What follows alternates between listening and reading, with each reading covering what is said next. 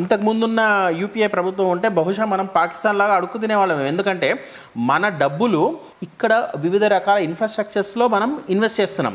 పాకిస్తాన్లో ఏం జరుగుతుంది? కేవలం మిలిటరీ అండ్ మిలిటెన్సీ, ఈ రెండు సబ్జెక్ట్స్ మీద వాళ్ళు టెర్రరిస్టుల మీద ఇన్వెస్ట్ చేస్తున్నారు. సో వాళ్ళు అడుక్కు తింటున్నారు. మనం ఫేమస్ జోక్ ఉంది కదండి, మనమేమో చంద్రమండలం మీద జెండా ఎగరేస్తున్నాం, వాళ్ళేమో జెండా మీద చంద్రుడిని పెట్టుకున్నారు కదా. అండి. సో అట్లా మనం అంటే మోడీ ఏం చేస్తున్నారు అనే దానికి ఇంతకన్నా నెంబర్స్ ఆర్ స్పీకింగ్ కదా. ఎస్ అండి, చాలా సింప్లిఫైడ్ చేస్తూ జిఎస్టీ గురించి చాలా బాగా చెప్పారు. ఇంకొక లాస్ట్ పాయింట్ చెప్తానండి నేను. ఇవాళ జిఎస్టీ మీద చాలా విషయాల్లో మనకి 30% యూపీఐ హయాంలో, నేను మోడీ గారు జిఎస్టీ ఇప్పుడు 2.0 అన్నాం కదా మనము, జిఎస్టీ 2.0 కాకుండా జిఎస్టీ యూపీఐ హయాంలో ఎంత ట్యాక్సేషన్ ఉంది అంటే అప్పుడు ఏమేమి ఉండేవి? మనకి ఎక్సైజ్ ట్యాక్స్ ఉండేది,